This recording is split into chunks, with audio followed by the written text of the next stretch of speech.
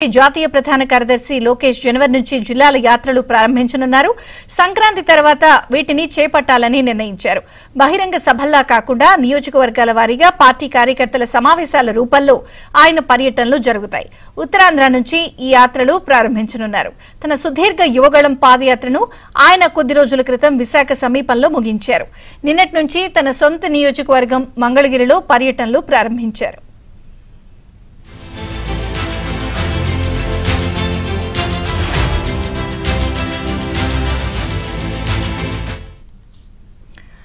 పాదయాత్ర వల్ల సొంత నియోజకవర్గానికి సమయం ఇవ్వలేకపోవడంతో 2 వారాల పాటు అక్కడే గడపనున్నారు. సంక్రాంతి తర్వాత జిల్లాలకు వెళ్తారు. పాదయాత్రలో ఆయన రాష్ట్రంలోని 97 అసెంబ్లీ నియోజకవర్గాలను సందర్శించారు.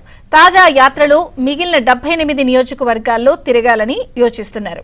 ఈ యాత్రలో బహిరంగంగా సభలు వంటివి ఏవీ లేకుండా పూర్తిగా కార్యకర్తల సమావేశాలు మాత్రమే నిర్వహిస్తారు.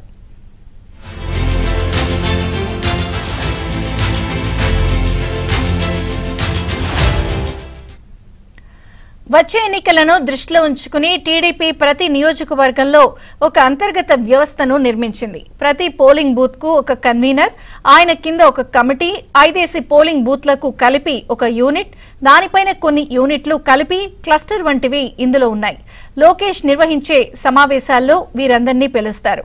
గ్రామ మండల కమిటీలు, అనుబంధ సంఘాల కమిటీలు అన్నీ కలిపి ఒక్కో నియోజకవర్గంలో 3 నుంచి 4,000 మంది కార్యకర్తలను పిలిచి పార్టీ సంస్థాగత వ్యవహారాలపై సమీక్ష జరుపుతారు.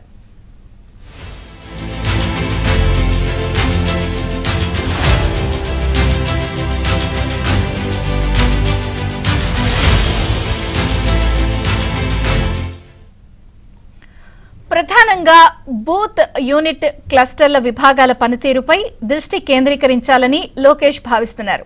తమ పరిధిలోని ప్రతి ఇంటికి ఈ కమిటీల బాధ్యులు వెళ్లి ఎన్నికల హామీలు వంటివి వివరించాలని, ఓటర్ల జాబితాలో ఓట్లు ఉన్నది లేనిది తనిఖీ చేయాలని పార్టీ నాయకత్వం ఆదేశించింది. లోకేష్ నిర్వహించే సమావేశాల్లో ఈ కమిటీల బాధ్యులు ఎన్ని ఇళ్లు తిరిగింది ప్రధానంగా సమీక్షిస్తారు.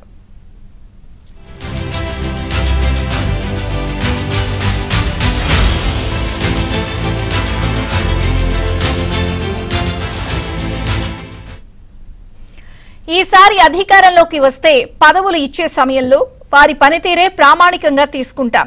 కమిటీల బాధ్యులు ఎన్ని ఇళ్లు తిరిగారు అన్నది ఇందులో ఒక కొలబద్ద. తిరగకుండా, పనిచేయకుండా పదవులు కావాలంటే రావు. జిల్లాల పర్యటనలో దీనిపైనే ముఖ్యంగా సమీక్షిస్తామని లోకేష్ తన్ను కలిసిన విలేకరులతో చెప్పారు. రోజుకు 2 నియోజకవర్గాలపై సమీక్షలు జరపనున్నారు.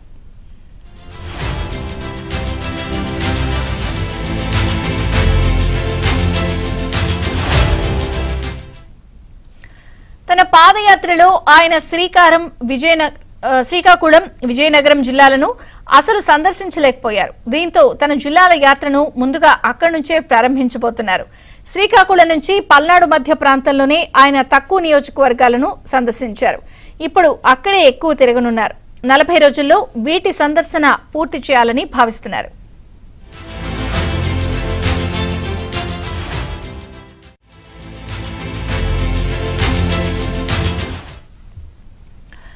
మంగళగిరిలో లోకేష్ కొత్త ప్రయోగం మొదలుపెట్టారు. ఏ పార్టీకి చెందని తటస్థులను గుర్తించి వారి ఇళ్లకు వెళ్లి కలుస్తున్నారు.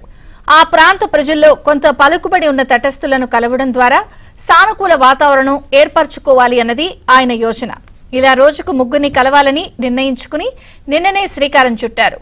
ఒక జాబితా కూడా తయారు చేసుకున్నారు.